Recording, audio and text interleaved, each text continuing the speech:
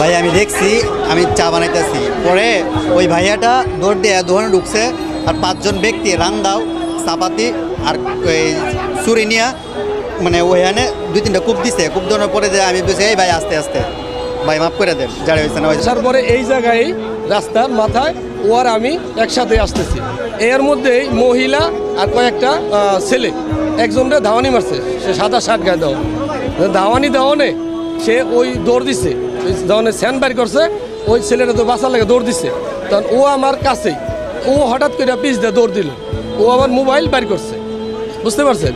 তো মোবাইল বাইর করে তখন আমি ওরা খুঁজতেছি কই গেল, সব মানে আলজল লেগে গেছে গা, যে কী ব্যাপার কমনে কী হইলো, কেরা ওই যে স্যান ধাওয়াইতেছে, আমি পিছে পিছে দৌড় পারি, এদিকে দৌড় পারি, পরে শুনি যে এই জায়গায় আইসা এই দোকানের মধ্যে তারা কোবাইতেছে।